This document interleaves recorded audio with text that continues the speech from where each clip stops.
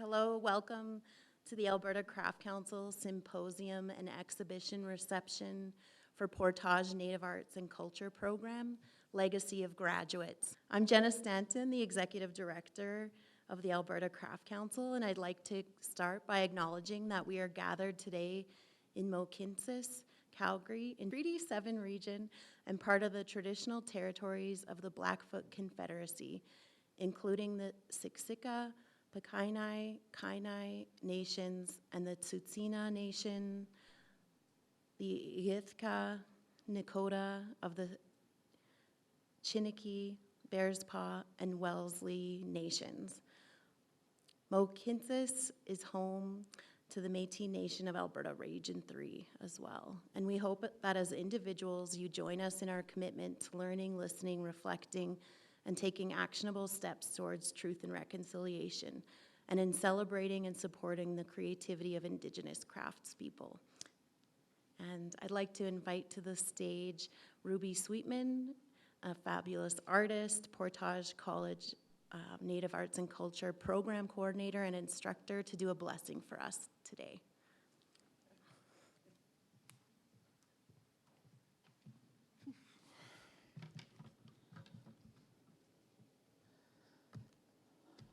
Okay, thank you, Jenna. I have to take my glasses off and hope I can still read. No. Okay. We are grateful for the traditional knowledge keepers, elders who are still with us, and those who have gone before us. We acknowledge the lands that we act on reconciliation, and given gratitude for those territories we are visiting or residing on. Bless the Creator and Mother Earth for sharing their gift of creativeness, energy, and the power to create. Gratitude for the artists near and far for their inspiration on the gifts shared through visual expression and divine beauty they bestow on our minds and eyes. May we all continue to have the ability to create artistically and continue the ability to create, oh, I said that already, and continue to create our visions through our art forms. Safe travels, and thank you.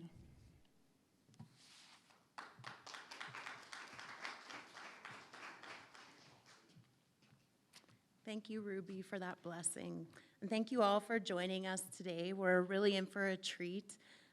We're grateful to gather today to celebrate the incredible community of Portage Native Arts and Culture Program with instructors, mentors, emerging graduates, and students who have all traveled from Northern Alberta to be with us here in Calgary today. Our group has been really busy while we've been in Calgary to connect with our craft community here. The group went to AU Arts and visited all the craft studios there, and it was a really exceptional experience just to be back at a school that I graduated from and see the growth and the things that are happening in the college with changes of programming, and to share that space in our community with our friends from Portage. We got some great demos in the different craft departments, met a lot of the faculty, the students, the technicians. So thank you all from AU Arts for being so welcoming to our group. I think there's definitely a few among the group who are keen to apply in the future, which is really great to see. And we also went to the Nickel Gallery, to the Fay Heavy Shield exhibition, so thank you for the Nickel hosting us there.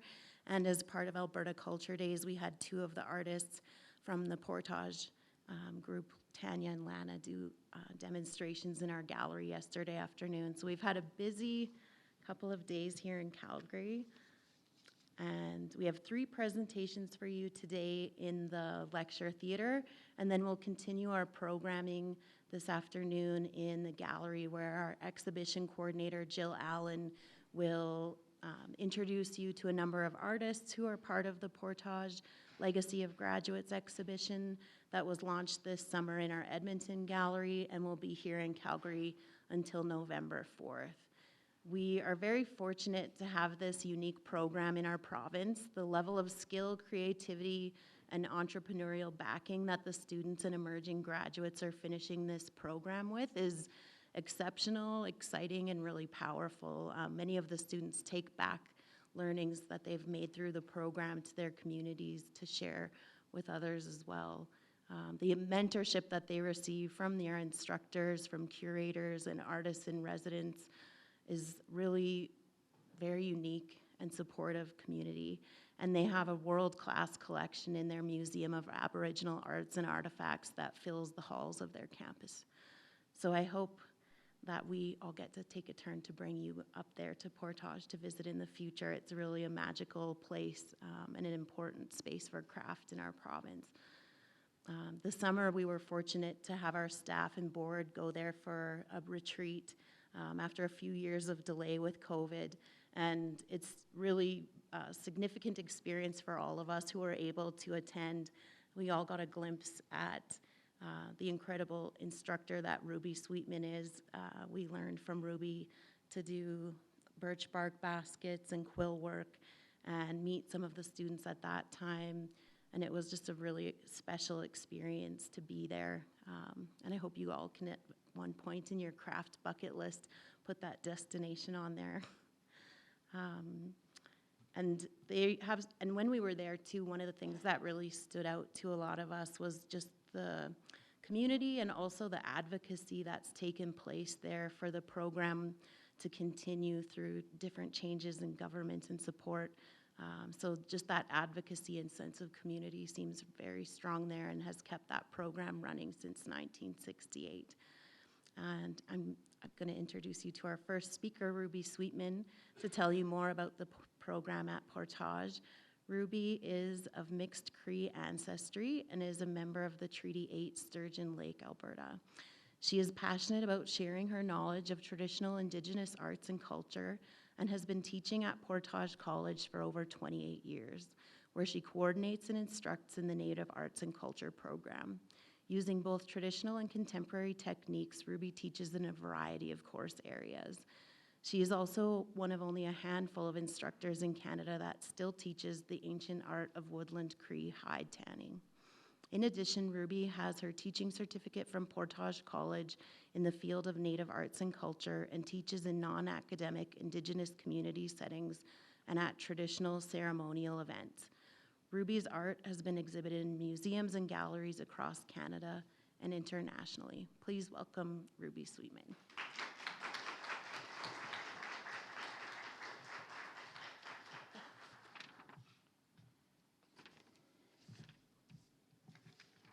Well, seeing as Jenna did most of my bio, I only have to add a little bit to that in saying that, like, I think that I prefer doing more arts that are more materials that need to be gathered from nature. So yeah, I have quite a few exhibitions through Alberta Craft Council and through Alberta Art Foundation. I have quite a few items that are throughout Canada and basically almost all over the world. We did something a few years ago when we had World Archeries in Biche, which was kind of cool because we're such a little tiny community in northern Alberta to be able to be chosen to do the World Archeries. So there was 2 artists that were allowed to, or chosen to do the awards that would go to each country. So I was a part of that. That was neat. One of my graduates did painted eagle feathers, and I did traditionally made arrows to go into a shadow box frame. And so that was their awards, and they were pretty pleased because they said other countries in the past, they were just given a cup or something. So that made us really proud. So what I like to do for my craft is to do one-of-a-kind items, because it lets you be a little bit more personal with work that you're creating instead of doing mass production over like making like 40 things of the same kind. So that's kind of what I like to do, is to do custom orders where you can create on the idea of your client. So that's my preference to when I do anything. Also, I like to just work with natural materials and traditionally made stuff that we create from Mother Earth. So that's about all about me. Let's see. So a little bit about the program in the college. The college was started in 1968. It was called Alberta New Start. And then, back then, that was part of the federal government initiative to do research-based adult education. And then New Start was offered instruction in areas as diverse as academic upgrading, trapping, wild fur management, oil field management, and offered several months. After several months, the government decided that they were going to close the facility, and the group, or many Indigenous communities throughout the area that were either treaty or Métis communities, stepped in and decided that they were going to do a sit-in, and they did a sit-in for 21 or 22 days, I believe. And so they were granted to continue. They started a program called Pita Pun. So in Cree, that means new dawn. And then in 1973, the federal government once again stopped funding. And at that time, Alberta government took over and reopened the college as the province's 5th Alberta Vocational College Centers in Alberta, and that was from 1973 to 1980. So the program service expanded, including community-based programs. In 1980, the Minister of Advanced Education and Manpower announced that they replaced AVC temporary facilities with a new campus, which was opened in 1985. The Board of Governors was established for the college in 1998. In the following years, the Minister of Advanced Education and Career Development approved the change of the name to Portage College. From these humble beginnings, the college has steadily grown. There is also a video that's, I believe, up, or no, oh, it's gone by. But there is a video called People's Success Story, and you could probably look at that on our website. And it tells you a little more history and has a lot of the elders within the community talking about the sit-in and how they got the school to remain. So with the Native Cultural Arts program at Portage, it has been there since the beginning of the college, since 1968. And let's see, so we've been there since the beginning and has gone through many different changes. While previously offered as the Native Artisan Program, an advanced arts certificate, and even back in my day before that it was called Native Artisan Program, and it was called Native Arts Instructor. Changes were made in 2014 which led to the launch of our current programming at Portage College Aboriginal Arts Certificate, and launched in 2014-15, and the Artisan Entrepreneurship Development Program launched a year later in 2015 and 2016. And the reason they weren't launched together is because we had to have a one-year students for that one-year that graduated from the certificate program in order to move in, to have the criteria to move into the following year as a diploma student.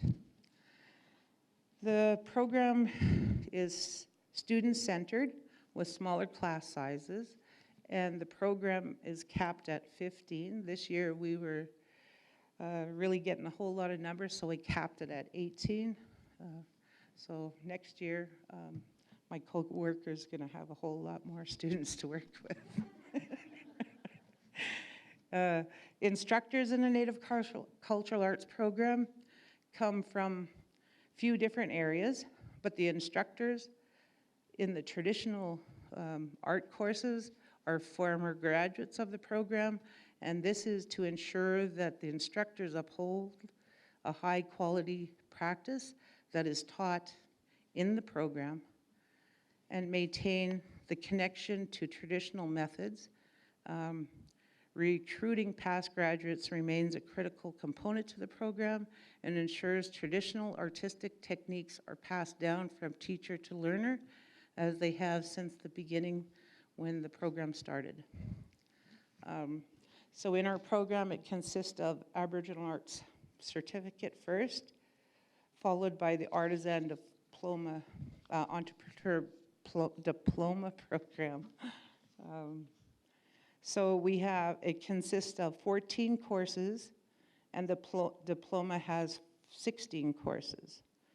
So with the focus on both traditional and Western art forms, in addition to the art courses, students are also classes in diploma, they take communication and business classes, while also gaining work experience through, they do project practicum in certificate, and in the diploma, there's a museum course that they take. So they get to work in our museum, learning how to do like preservation of materials, care and cleaning, and also doing displays. The program is offered face-to-face in the Lac La Biche campus only. In our program, we currently, when this was written, it says we have one dean. We do have one dean, but we also have one new assistant dean. And we have a coordinator and 2 instructors and 4 other instructors that work within the college and other departments to support our program. Okay, thank you very much for listening. Thanks.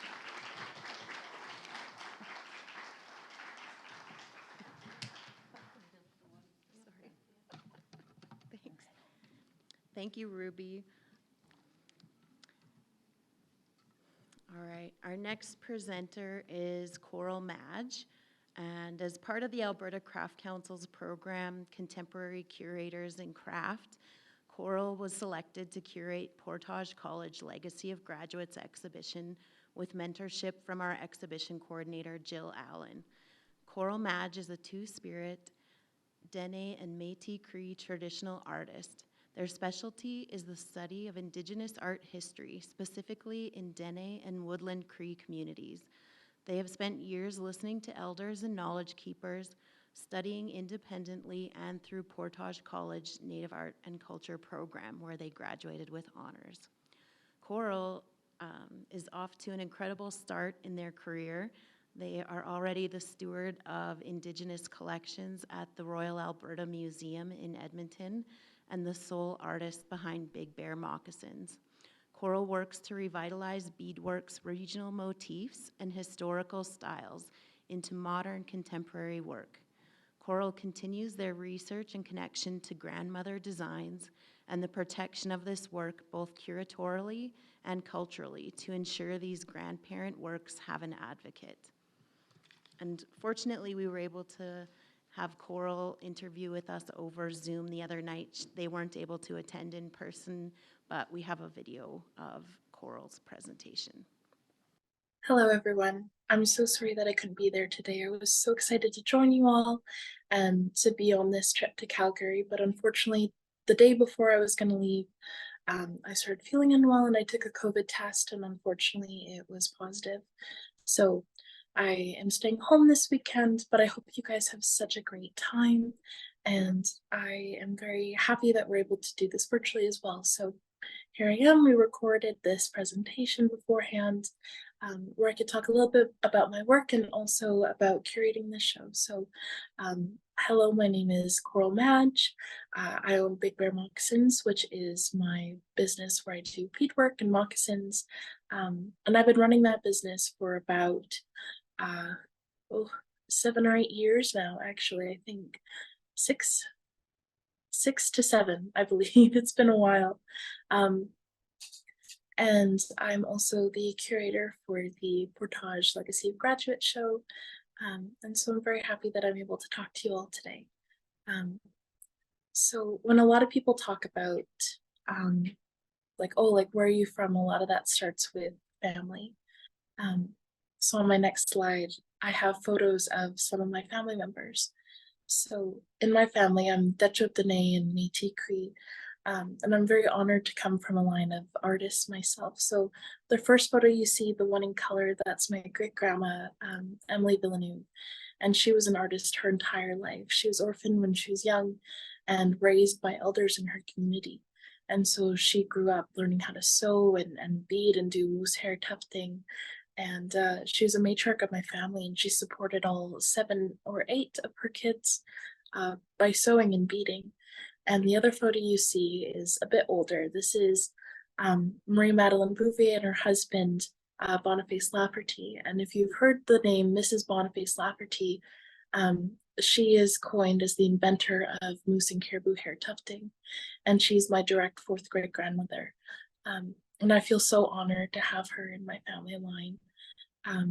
Coming from a legacy of artists, there's a lot of pressure in the work I do, but it's something I really love. And so my family Spanish Fort Nelson First Nation, but I have family all over the Northwest Territories too. So the next slide, this is a picture of my first vendor sale, actually.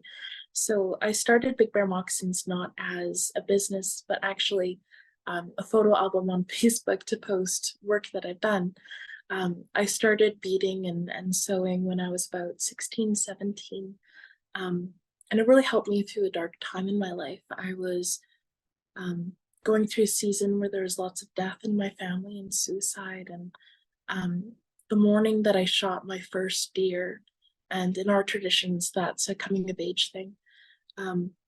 That same morning, my friend passed away. And I remember getting home and then finding out and thinking how devastating it was that I took a life the day my friend died.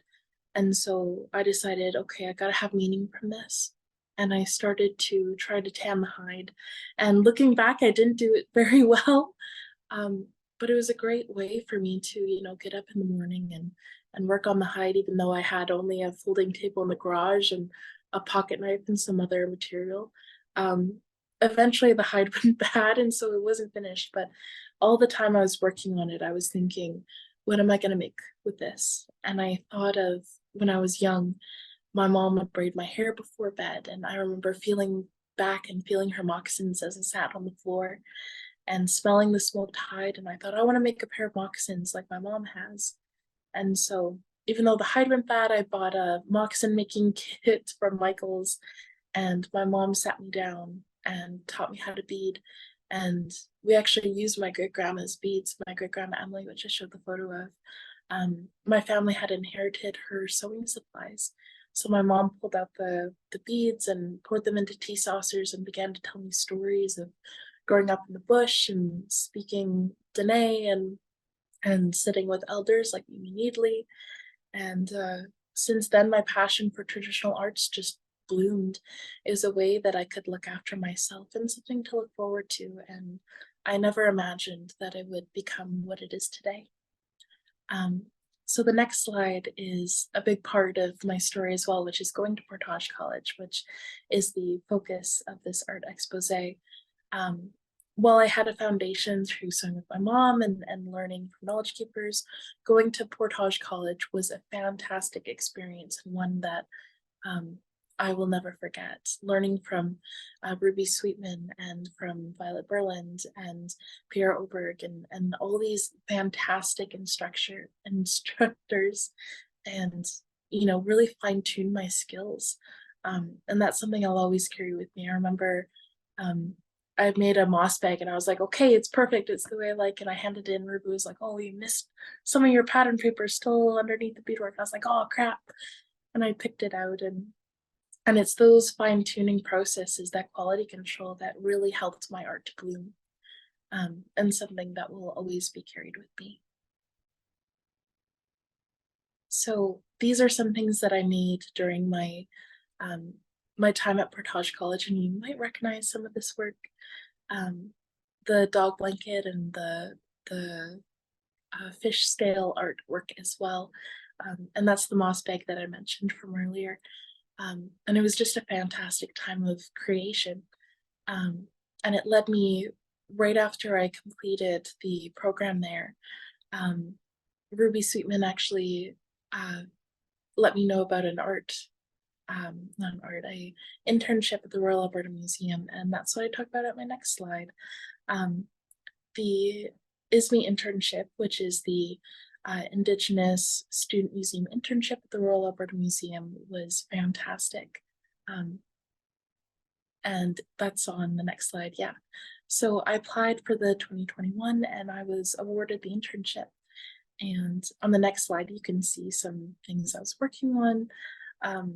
Being able to work with ancestor works and seeing those original motifs and the color choices and the quality of work from the 1800s was just so astounding for me. And on the top photo, you can see me. I did a sewing project during my internship, which was talking about different techniques and highlighting 4 different ones, and we made videos for each one talking a little bit about the history.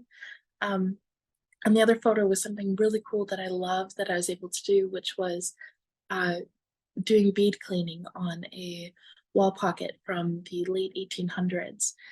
That was also Dene. And part of the bead cleaning is to go under a microscope with micro cotton swabs and ethanol and cleaning each bead individually. And that's what you see at the bottom, which is an after the cleaning and then what it was before. And the ones in the middle of those photos, those are called steel cuts, which were introduced to Hudson's Bay Trading Post in 1859.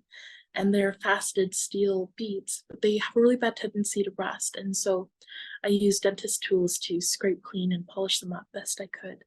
And so that's a before and after. And this is a very small glimpse.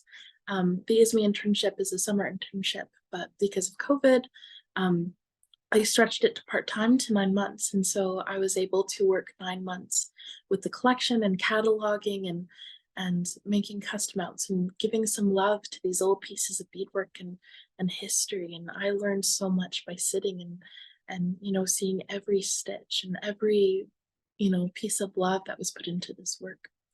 And then when the internship ended, on my next slide, it really bloomed my work. So working with vintage beadwork really inspired my own. So here you can see this is a sled dog blanket that is on display at the Royal Alberta Museum currently, and it was an inspiration for me to create my now favorite purse. So this sled dog blanket is Dene from the late 1800s, which is my favorite era. I'm not biased, I swear. I love the color choices and the beads available at that time. And so my time at the museum really inspired my work. And so after my internship, I was able to work as an artist full-time, beading and taking commissions.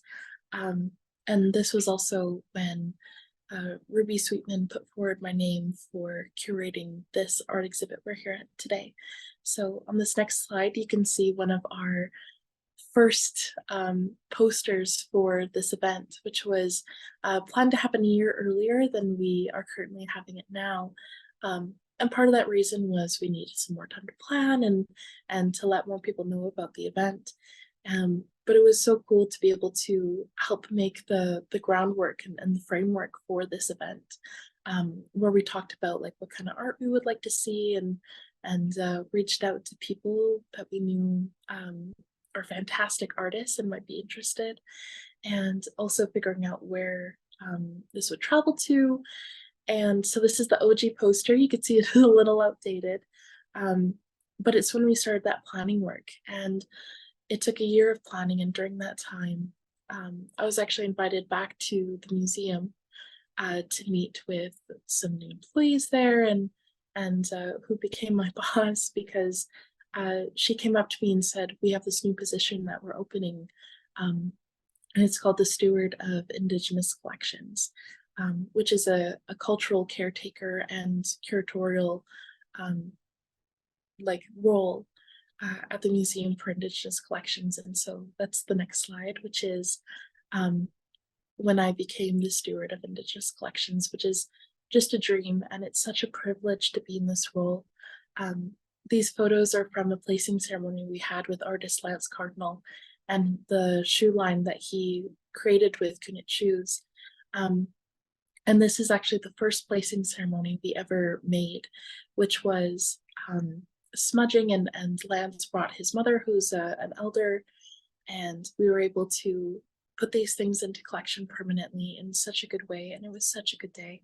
And you know, my role in this is very similar to assistant curator, but also just an extra layer of the focus on, you know, caring for these things in a good way, in a cultural way, and making sure that the things we look after are happy and comfortable. And part of that is also repatriation, which I'm so happy that I'm part of the process that helps, you know, things go home, and ceremonial things that were collected, you know, in the 60s when there wasn't a big talk about what was ethical to collect. And I'm so happy that I get to help send those things home.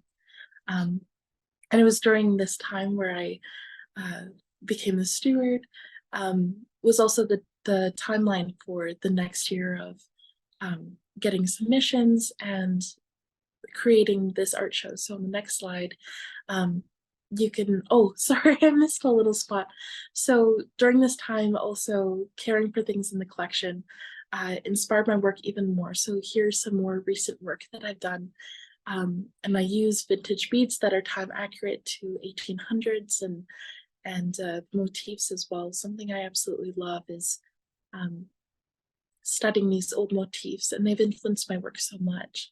But also, like, as a living culture that's always living, breathing, and creating new trends, something I do as well is my contemporary work, which focuses a lot on Two-Spirit identity and avocation for women and Two-Spirit people in Indigenous communities. And so on the next slide, you can see some of that work, which is my contemporary work. The medallion on the top, that's the Two-Spirit pride flag, was actually commissioned from a Two-Spirit elder, and one of my Two-Spirit elders. And the rest is, you know, celebrating body and autonomy over oneself, and how, you know, us as people, there's the stereotype of Indigenous people being stoic and, you know, or being over-sexualized. And I think by giving power back to Indigenous people to, you know, embrace sexuality on their own terms, and to celebrate who they are as a well-rounded person and not just, you know, fit into a stereotype, is something I really love. And so this is some of my work that reflects that. And some of this work you might recognize as well, such as my series, which I call Sacred Pussy, which is beaded vulvas, which you can see in the bottom right corner, and also behind my head, which you can't quite see, so I apologize for that. But also my beaded self-portrait, which is a celebration of self. And if you notice, I myself is a Two-Spirit person who is trans. This medallion itself has the trans pride flag colors in a frame around the portrait. And the background that makes up the skin of the portrait is smoked moose hide. And I actually used flour, which was a technique during hide camp, where you flour the hide to lighten it up, to brighten it up, and also to help it smoke evenly. I used flour and rubbing it in to create shading on my body, which was really cool, and I felt really smart about. So this was kind of the artistic boom that I have due to my current role at the museum, and On the next slide, this is where I was so happy to be part of the opening event in Edmonton, and this is me and my lovely partner Hunter, where we attended and were able to see all of the work on display. And curating for this event was fantastic. And I have to say, all of the artists included in the show, you made my job really easy. Because you have such wonderful work, and it was so easy to just, yes, I want your work. Yes, I would love to see this included. And so, while I was the curator, it was a pretty easy job because the Portage College art program has such fantastic work coming out of it, that everything that was included, I was so happy to have included. And that leads us to the event today, which is the next slide, which is the symposium here in Calgary that, again, I'm very sorry to have missed, but I'm so happy that you all get to meet and get to see your art on display. And for those that aren't artists in the show, that you get to see this amazing work done by past graduates of Portage College. And so with that, I hope you guys have such a great day. And I hope that you guys get to see such wonderful work and be inspired and see the beauty of the artists that come out of that program. So I want to say thank you all for listening to me talk. And I hope that you all have a fantastic time at the symposium. And I hope to see you all soon.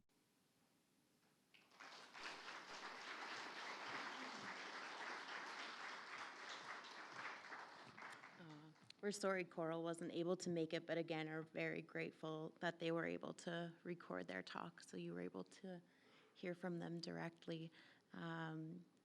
Coral is a force of nature, and I'm sure you'll be seeing a lot more from them in the future, and we'll continue our good long-term relationship with Coral in the crafts community as well, and hopefully we'll get a chance to engage with their work at the Royal Alberta Museum as well. Next up, I'd like to introduce you to our keynote speaker. We are thrilled to have Joseph Sánchez, a renowned artist, mentor, activist, advocate. He was the youngest member invited to the Professional Native Indian Artists, or Native Group of 7. At Portage College in Biche, Joseph is the curator of the Museum of Aboriginal Peoples' Art and Artifacts, and is a mentor to many of the artists in the program as the artist in residence at Portage. Joseph was born in Trinidad, Colorado, by way of the White Museum Apache Reservation and Taos Pueblo. A leader in Indigenous and Chicano arts since the 1970s, Joseph has worked with hundreds of artists creating work, developing exhibitions, and advocating for the rights of minority artists. Most importantly, with the Professional Native Indian Artists, or Native Group of 7. A spiritual surrealist, Joseph's work is sensual and dreamlike, provocative and thought-inducing. Still producing work and exhibiting across the United States and Canada, Joseph is simultaneously a community elder and an instigator at the front lines of the battle for the creation of art and how we define it as a culture. Welcome, Joseph Sánchez.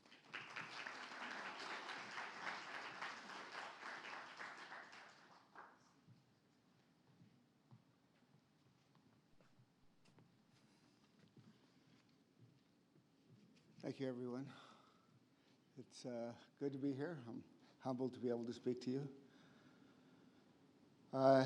We'd like to acknowledge first all the Indigenous people of the land, our ancestors who gave so much to all of us here today, enduring a genocide and a theft of our culture, children, and ultimately gave their lives. In speaking to you today, the images I am sharing are some of what is the diary of my life as an artist and a human being. My training to follow my heart began when I was 10 years old, and I realized that competitive sports was not something I was interested in. But the desire to learn to create was what was in my mind, and thanks to a teacher at the time, I learned how to paint on glass, embroider, and crochet while the boys played basketball. This was the beginning that would require a commitment I would not yet realize until much later. I start with these slides with a portrait of my youngest brother done in my high school years, where I did lots of portraits of all my classmates. And where it was the art teacher in high school that was the coach. So I really didn't get any training. But I credit him with allowing me to go to the library and read. And it was at the library that I first encountered surrealism and drawing. And he also allowed me to go to the physical training classes and do live drawing from all the people exercising. It was during this time, too, also, that my life led me to seek a spiritual path via the Franciscan seminary. But I realized quickly that that was not my spiritual path. And I returned back to graduate from the high school on the reservation. I received a full scholarship to Arizona State University, where my first art teacher threw away my entire portfolio for being too enthusiastic and kind of not respecting his time process, I think. But at this time, you know, I also then joined the Marine Corps. I was a bit moving around. And I thought that would solve all my problems by becoming a combat artist and maybe getting killed. But I had lost my mother at this time, and it kind of left me very ungrounded and searching. The drawing of the Elders Cleavers from my military days, where I began to believe in my destiny as an artist. I was made a teacher for my skills in science and math, and I taught electronics and early microwave technology in the Marine Corps. So that avoided me from being deployed to Vietnam, but didn't stop me from sending many a young man never to return from that unjust war. I had much time to draw during those years, and, you know, and became aware of who I was as a human being, because in those days, the military men that stayed behind, we were the riot police during the California riots. And part of our training was saying, "Kill your mother," unsheathing your bayonet, putting it on your rifle, and saying, "Kill your mother." To desensitize us to the people of color we would be facing. So my awareness of racism became acute, because I'd experienced it in the seminary and throughout my school years, but the military was especially bad. And so, you know, that riot training was the impetus for me to take a journey to Canada and pursue a career as an artist. The early works about purging Catholicism and having acknowledgement of a vision all began in Canada. I carved linoleum blocks about my new initiation and did lots of surreal drawings. I found a huge bunch of books of old master drawings in Vancouver, and I did many drawings, and that created these drawings of Conte with white highlights. And so I spent a couple of years in Vancouver and decided to move east. Ended up in Winnipeg, where I met a friend of my first wife. Said he was from the PA, and he said, "Well, have you been to Daphne Ojig's gallery?" And so with the drawings under my arm, I went and met Daphne, and she purchased those works and started selling them, which was really great, and my first introduction to all the Native artists in Canada. I created this painting, The Virgin of Light, was during the time of the group. It was called, it was awarded for multiculturalism in music, and was awarded at the Juno Awards in 1974. And by now, I was there. I was a member of the Professional Native Indian Artists Incorporated. And from that painting, they flew me to Toronto and measured my head and photographed me to be put in the Toronto Wax Museum with my cane and my signature look. You know, it's you know, to be a part of this group, you know, to be influenced by them. I was only young, 22, 24 years old, and to be joined up with these guys fighting for the Indian people with their art, being the leaders of how to fight back against racism and all the other things that were happening at the time. The painting Prayer at 7 Mile, it's a work done when I went back to the U.S. in 1975, where I got repatriated during the Gerald Ford amnesty, so I could return home. And it is about returning home to my ancestral place and praying on the mountain that was right next to our house. Young Lovers Watched by Thousands and Businessmen's Lunch are from the group exhibition at the Wallach Gallery in Ottawa, and are about reflecting my views on the exploitation of women, which all of my early work was. After Persian Catholicism, I realized that one of my goals was to talk about the exploitation of women within our culture. And Businessman Lunch is about that, about seeing total nude dancing in a hotel in Winnipeg, which I'd never seen before. I experimented with encaustics in the 80s, and those paintings from that time were sent to my agent in Vancouver and are lost here in Canada. So I have no idea where they haven't turned up yet. In the 80s, I also had a series of paintings called Shaman Landscapes, which talked about the power of men versus the power of women versus the power of place, the power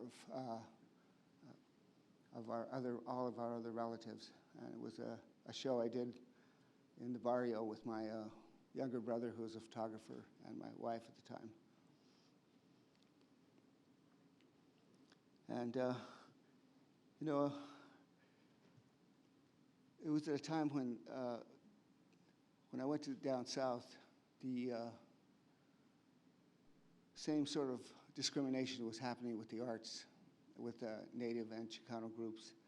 And so, already having experience, I helped form several art groups in Phoenix, one called MARS, Movimiento Artístico de Rio Salado, and one called Aritzlan, that was involved all the rest of the disciplines, dancing, poetry, writing.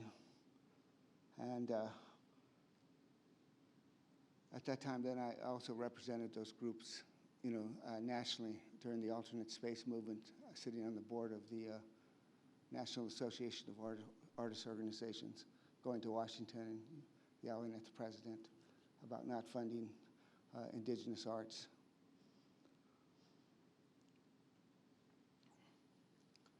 The Ghost Dance series in the 80s was inspired by a book given to me by Norval Morrisseau on the Ghost Dance religion. And at that time, there was lots of grave digging in the Southwest, and watching all the ancestors and their artifacts for sale in galleries across the country and in Arizona was inspiring to me, and I would always speak about that. And by this time, I'm already working in the museum world, where I started as a security guard and then moved on to installing work and then became a curator and ultimately a director of a museum. But it allowed me to actually then share my views about this kind of behavior with not only the artists that were doing it, but with the collectors, by being in their homes and having these clients for these galleries. You know, it was a time when the Cowboy Artists of America were very popular in South Phoenix, and these guys painted a lot of grave objects. Most offensive to me was the painting of baby moccasins that were fully beaded and obviously taken from a grave.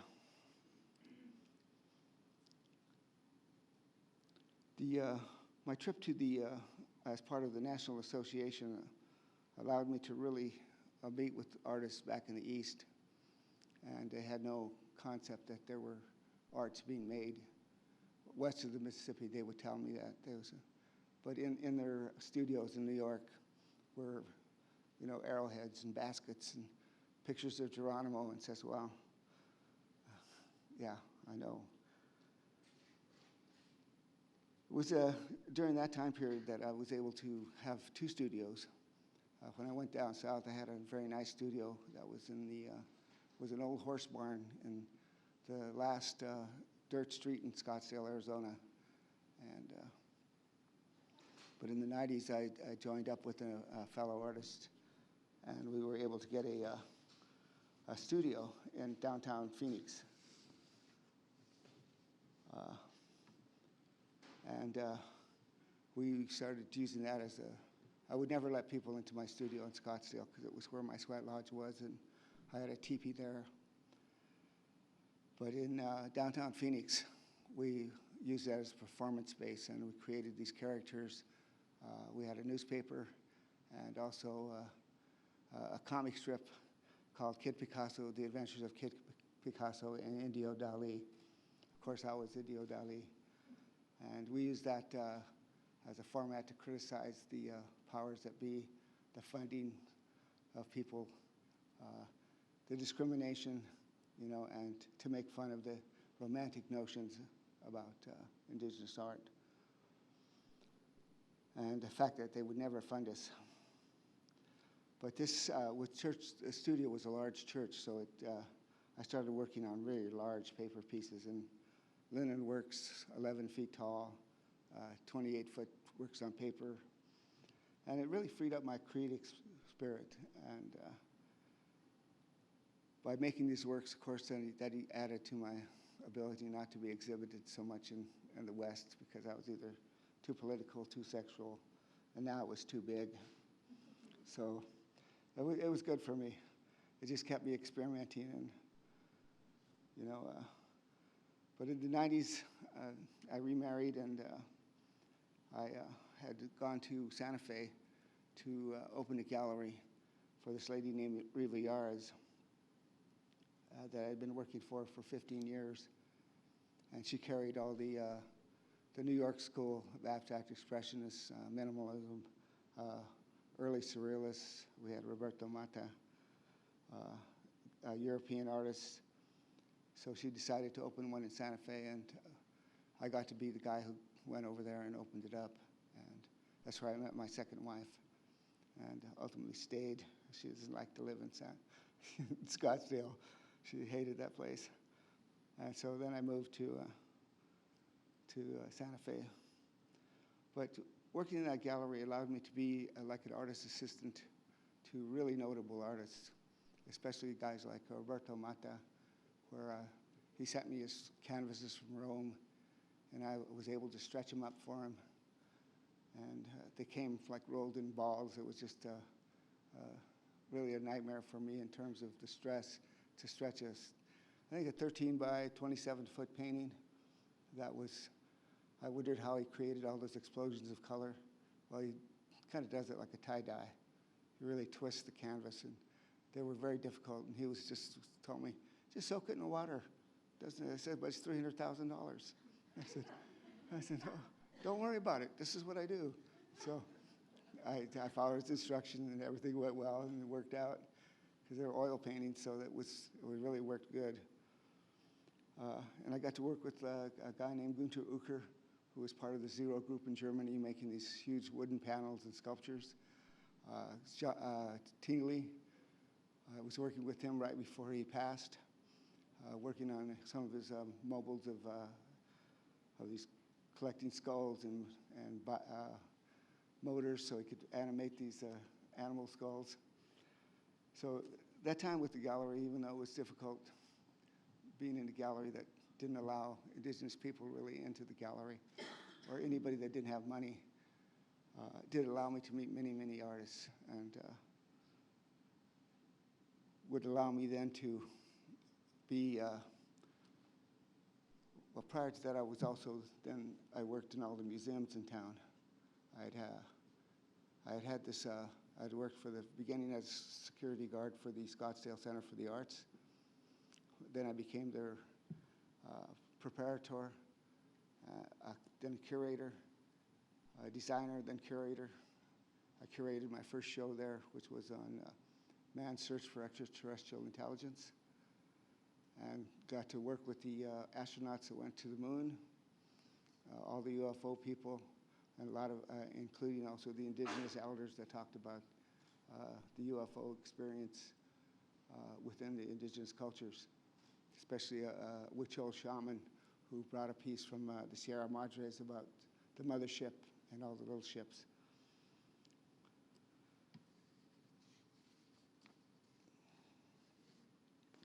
So when I moved to Scottsdale, I was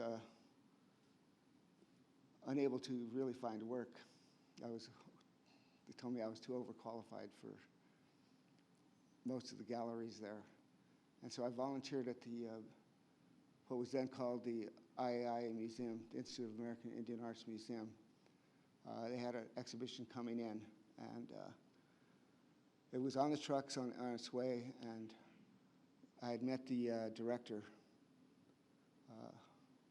at an opening, and their preparator walked away, and I says, well, yeah, I know how to install shows. I can. So I showed up to volunteer to help install the show. And it was coming from Museum of Art and Design in New York, and I had 3 days, so I created this whole exhibition in 3 days. And so they asked me if I would stay on. I said, oh, sure. I didn't have a job. I needed to have a job. I'm not selling my artwork. And the next morning when I came in, she had been fired. So it began this process where the staff then refused to work with any other interim directors. And I was appointed interim director. I wouldn't take the directorship because it was so much politics. But I did ultimately accept a position where I worked with the curator of collections, and she did all the paperwork, and I did all the curating and designing of the exhibitions and all the board meetings and all that sort of stuff. And that lasted for about 8 years. You know, so then now I'm really, I have this beautiful studio that one of the instructors from the IAI had left. He got a job in Kansas City. And so I started painting things like Making Out with Mother Earth, big paintings. I started working on my scroll series, which is various scrolls from 11 inches wide to 80 feet long, 42 inches by 90 feet. Lots of really large paper pieces, you know, and works like the Sacred Fire, or this piece called Ever-Changing Woman, which is one of the scrolls. I don't know if it's come by. Oh, it's going really fast. That was, again, my talking about women and the nurturing element of women, and women as water evaporating into the sky, recirculating through rain, repopulating the rivers, streams, and everything that grows, all the food that we eat. So it's basically all the scrolls are about women as a nurturing element. And I got to hang that piece off the balcony at the AGA in Edmonton while I was doing a workshop there. I just ran upstairs and put a book on it and threw it over the balcony, you know, like a pirate installation. The Sacred Fire series, which was kind of controversial, with again honors women as where we all come from. Without women, we don't really exist. So it's, you know, the women as a kind of almost a sacred teepee. As people always related to them as teepees. So I let that go, and that's. But it ended up being really true. And the last piece of that series was the village, which was. You know, all of them. We can't have a village without the women. So today, the large drawings and acrylic, they're just you know, my practice every day is about doing these large drawings and on canvas or linen paper.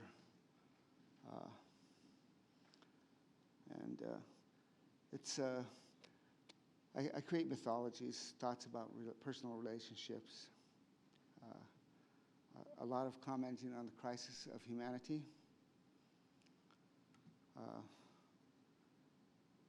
legends, I call them legends not told, and subjects like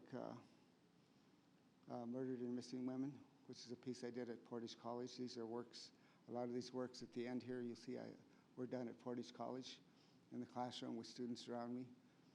So that's been really empowering for me to have kind of it's their spiritual energy that really affects me and allows me to be, because I've never been shy to paint in front of anybody. I didn't know why I did it, but I just do it.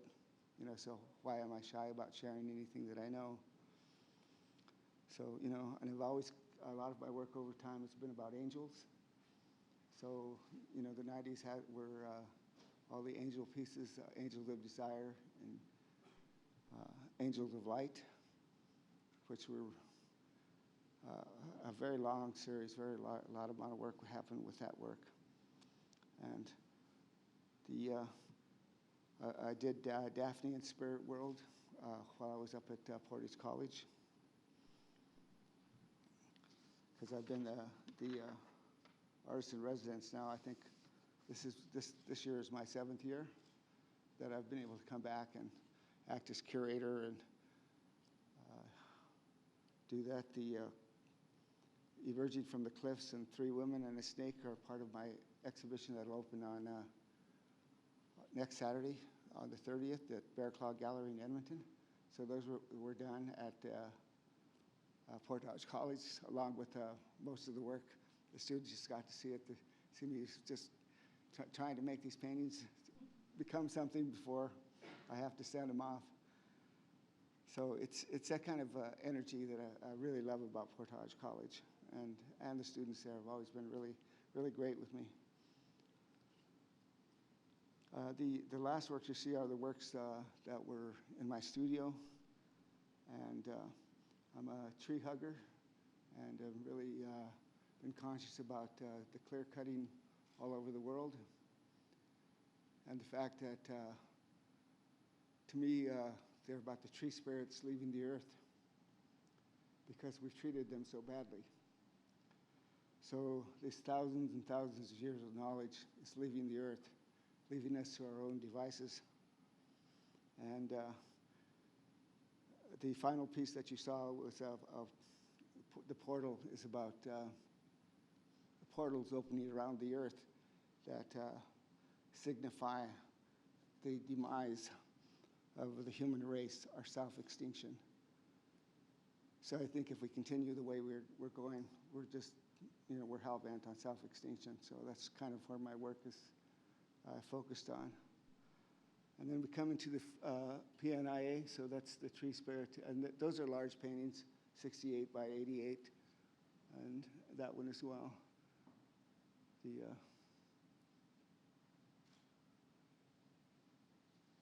The formation of the group of 7 began in the minds of Daphne Ojic and Jackson Beardy, and it was kind of aided from by Expo 67, where Alex Janvier and Norval and even Bill Reed, I think, were commissioned to paint these murals for the Indian Pavilion. And ultimately it was Coral Ray who finished Norval's piece. But we first got together and had conversations. Daphne had a small shop in Winnipeg in the early 70s, like 72. The winter of 72 is when I first met her, the fall and winter. And artists, you know, in the cold and windy Winnipeg weather would come in, and she always had a pot of coffee and was always welcoming. So there was a lot of conversation about the work people had in there, and we'd talk about each other's work, talk about other people's work, or share ideas. And especially then with the conversations turned to the exclusion of Native artists from Canada's museums and galleries. And that created formal meetings at the North Star Inn in Winnipeg, which was just around the corner. and talks about creating an official corporation, which ultimately came to pass in like 1974. The idea was to include as many artists as possible in the different stages of their career. The idea, more artists, a stronger statement, and more unity. Norval and Alex and Daphne were well established already, and Norval and Daphne were internationally known, collected by Picasso and Chagall. So it would be the influence of these elder artists that could help push other younger artists forward. And that was why we started this. The anticipation that there would be many participants, we kind of thought, oh, we'll have 50 artists and we'll really be powerful, right? We'll call the shots. As it turned out, nobody else participated except the 7. And that was from the advice of, like, the agents of Bill Reed, who told him that if you participate with Native artists, you'll never sell your work again. Alan Sapp. And it went on and on with all these different artists that were convinced not to become members of professional Native artists. It was a February day of snowing, and when Daphne Jackson and myself signed the incorporation papers in 1974, everybody was snowed in. Alex was stuck in Edmonton or in Coal Lake and couldn't get out. Eddie couldn't drive in from Buffalo Point.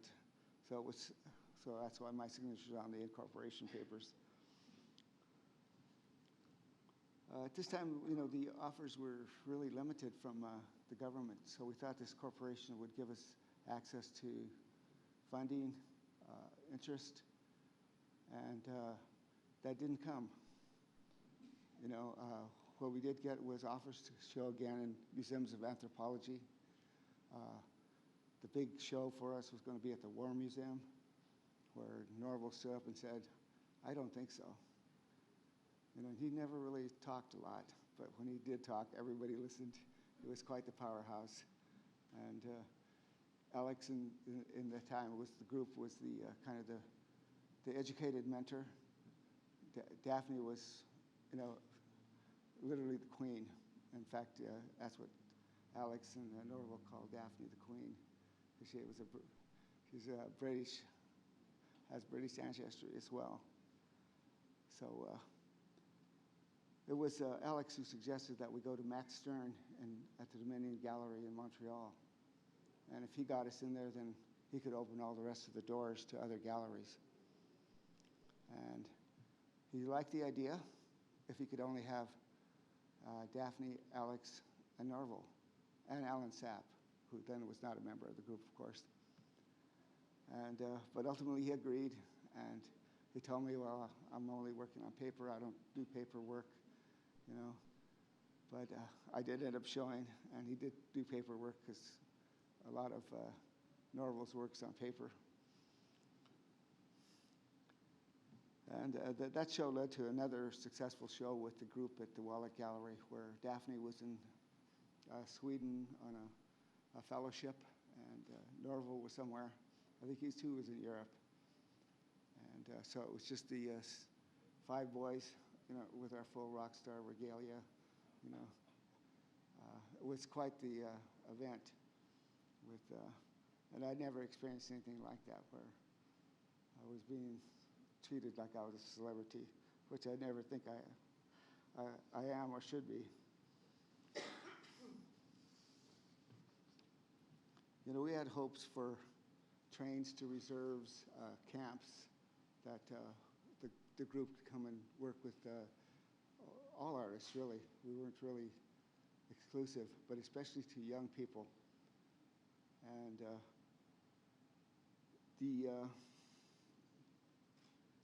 the money never came, so it became extremely hard to even realize any of that. So we had other shows in the 70s. Daphne sold her place, her shop, which now was called the Warehouse Gallery, because she had this back space and had turned it into a gallery. And so our meeting place was lost. Alex moved back to Cold Lake. And I returned to the States to be repatriated. This is all about 75, late 75. Because I wanted to cross that border. I'd never see my family again and not be a criminal. And it was at a time that I'd been offered Canadian citizenship, so it was a difficult decision. We continue to exhibit a lot together. And in other venues, but usually with other artists. And since we weren't meeting, we started to kind of move apart. We could no longer get together in Winnipeg like we used to. Only Jackson was living there. And then, of course, in '78, Carl Ray was murdered. And that created a sad reality for the group. And we thought, well, we tried. We did our destiny, and we tried. I shared an agent with Eddie Kobenis in Vancouver during the '80s. And I traveled to Shuswap Lake to spend time in the summer with Daphne. I go there every month. I don't think her husband liked it very much. I'd spend a whole month, sitting on the lake, painting with Daphne. And then I would also go back. I had bought a farm in Giroux, Manitoba, and returned to my farm in Manitoba until I sold it in 1979. And I think that's the time also that the group, our incorporation papers lapsed, and we were no longer a corporation. It was the PNI exhibition by Michel Lavallée that brought me, Alex, and Daphne together in Kelowna for a period of years, talking about the group, and she was recording us and recording the stories and trying to find all the work to recreate a show that didn't happen in 1974. The ultimate exhibition had over 100 works of the group from that time period. And it really showed the diversity of the members and how creative they were and how each of us were, would say that destiny brought us together, and the spirits, and most importantly, the spiritual aspect of all the work. I'm blessed to have been a part of that. I would have never imagined in my whole life that would have happened to me, but it was my destiny that led me to Winnipeg and walking and meeting Daphne. The individual talents are certainly recognized with the 3 shows at the National Gallery, the 3 retrospectives of Alex, Daphne, and Norval. I was able, as director of the museum in Santa Fe of Contemporary Native Art, to bring Daphne's exhibition and Norval's to Santa Fe during the Indian market. And Daphne was still well enough to attend, so she was there for her and Alex for that show. That would be that photograph you saw with Bonnie Devine. And Alex's show then didn't come till much later. I'm already out of the museum business. Daphne's retrospective actually started in Sudbury with a symposium on the Woodland School with Rebecca Belmore doing a memorial piece to her, which was amazing. She crawled up a quarter mile of a paved road through red pigment to Daphne. It was quite the experience.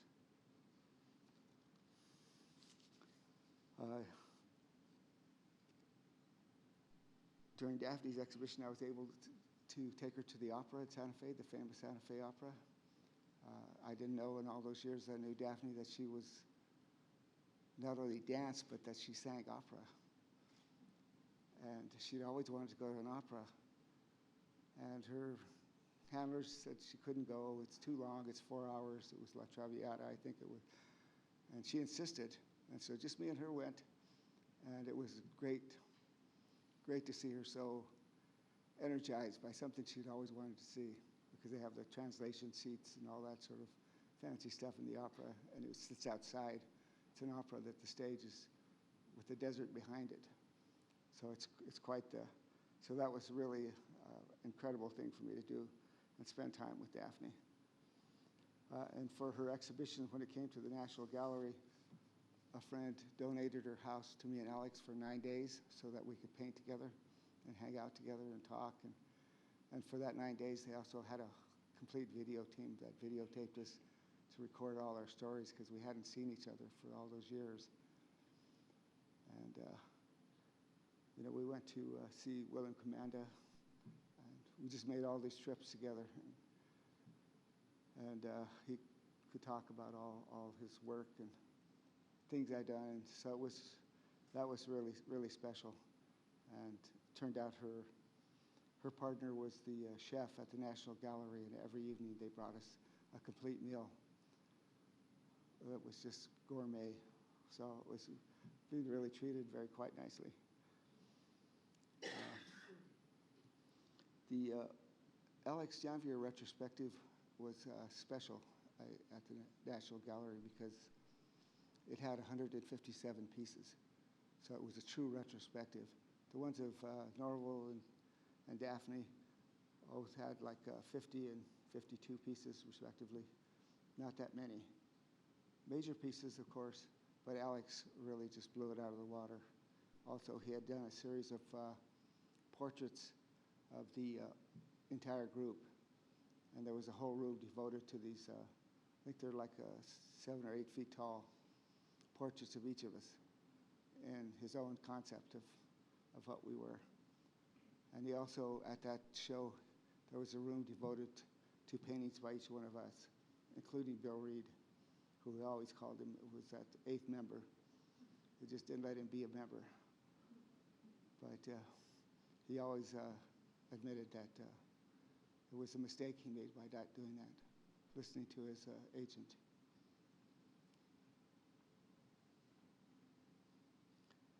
You know, it's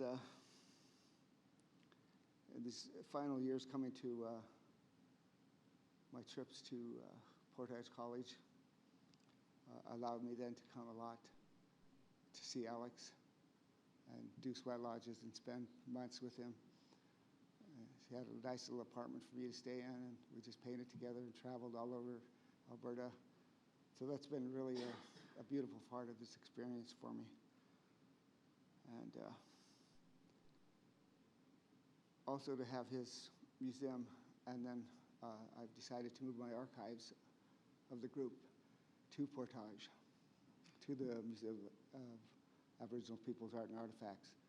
And it's kind of this whole incentive to build a new building.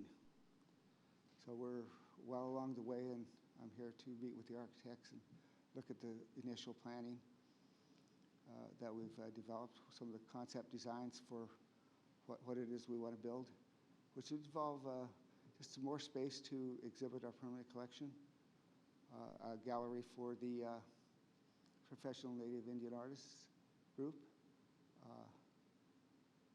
the beautiful archive collection storage with a workspace for visiting the curators and researchers, a large space for temporary gallery exhibition space that would also allow a place for the graduate students to have their yearly graduate exhibition.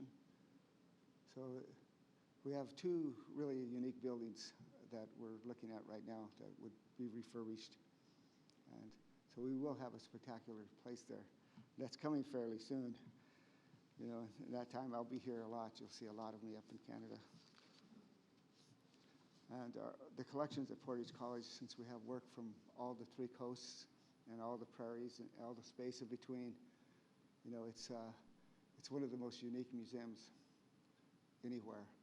And now that it also has the only places you could see the entire professional Native artist group permanently on exhibit is another really big plus for the space. You know, I'm really proud to be a part of this whole process. I'm proud to be hanging out with such creative students. I'm totally indebted to Ruby for keeping me inspired. And We recently created a new catalog of the collection, and I saw the cover with Jane Ash portraits. She also wrote the essay on Canadian art. I got Robert Davidson to write the essay on the Northwest Coast. Sherry Boyle, who I got to do some workshops with in Wells, BC, wrote about her experiences with the Inuit. And she's really a pretty amazing artist as well. And A.B. Melbuff wrote about returning home and traditional materials. And Aaron Sutherland's essay on the Alberta artist is also within this catalog. We didn't really print that many, but it could be made available if somebody really wanted one. We got it as a promotional tool for the, as we try to raise funds to build our museum and to kind of showcase some of the pieces of our collection.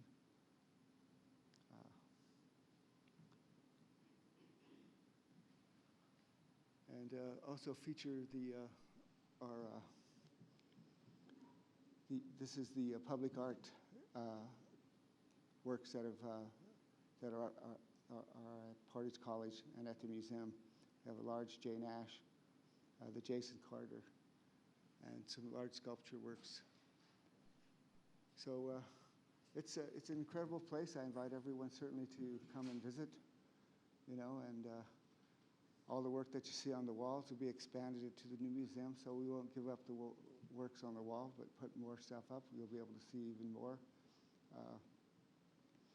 Through my connections with the group, we've received lots more donations because of, it's just the right time, I think, for donations in the museum world. The older people that collected that early work, their families no longer want it. They don't know what to do with it. So there's, for all museums, it's kind of a special time to receive gifts and that you know, kind of save some of that work. The museum I envision is one that's very comfortable and less of a white box. I'm not really a supporter of the austerity elite white box style museum, but much more of a spiritual place where you can experience some of the work. Some of the work that we have is very, even though it's contemporary, it's very spiritual and gives back to you. So you want to be in a place where you can be comfortable with it and not be intimidated by it, where elders from the reserves will be very comfortable in there and not feel like, I don't understand what's going on. You know, why is it like that? Why is there so much light on it? Why, you know, all the kind of those questions.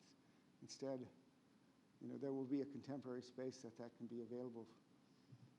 But the collection itself will be in a very intimate setting and one that I hope everybody could just spend time with, that you don't have to really rush out of, and you could actually enjoy a Norval Morrisseau for 30 minutes. And I don't know, what's he really trying to tell me? His work's really about the land and spirituality and supports the whole idea of an Indigenous aesthetic, which is also part of what I'm really strive to create, is that the work of Indigenous people has a different aesthetic that doesn't relate to the Western European aesthetic that's been in the museum world for so long. And it's been the guideline basically for everything we see. And it's can be very exclusive and causes basically the separation between craft and art, which I don't see that separation myself. I see we're all artists, we're making things for different reasons, and it's about the skill and sharing and not about any kind of elitism or ideas that we're creating heroes. Because part of the problem with the Western European model is to create art heroes. That way it drives the art market, prices go up, but that doesn't include everyone. And I've always been the curator that feels that we need to include everyone. The ideas of the group dealt with that you know, what we have is we can share.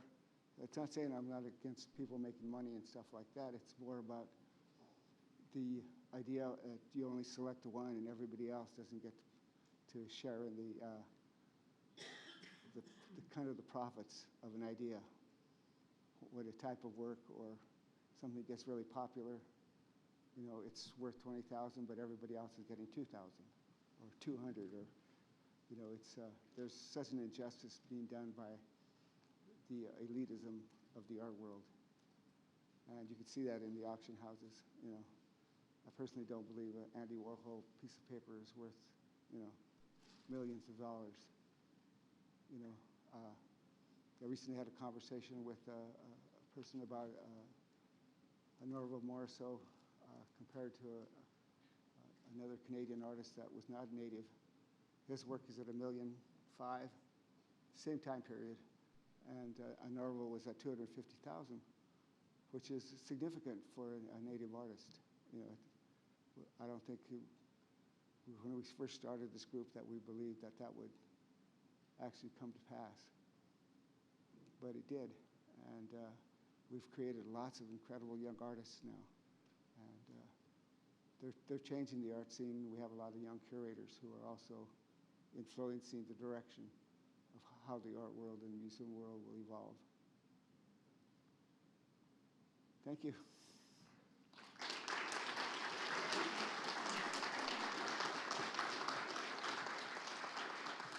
I just want to especially thank Ruby and Joseph for presenting today, and thank you to Coral for being able to record an interview with us and take part virtually today. Thank you to the students and the artists who traveled all the way from Northern Alberta to be with us over the last few days in Calgary, and you'll hear more from the students and our exhibition coordinator, Jill Allen, when we head upstairs to the exhibition reception. I'd definitely like to thank our community here in Calgary of craft artists and craft lovers and supporters for joining us to learn more about this gem of a program and the people who are building such an amazing community up there and are part of that legacy. Thank you to our ongoing funders, of course, and to the Canada Council for the Arts for supporting this exhibition and this symposium. And thank you to our friends at AU Arts and C-Space for your contributions to this symposium. I definitely have to say a big thank you to our staff for all the extra work that went into the planning of this exhibition and event. Jill Allen, our exhibition coordinator in Edmonton, Jill Knuckles, our exhibitions and events coordinator here in Calgary in particular, and of course all our volunteers who have assisted with the exhibition setup and the event today, our technicians here at C-Space for helping keep everything running smoothly. Thank you so much for attending this afternoon.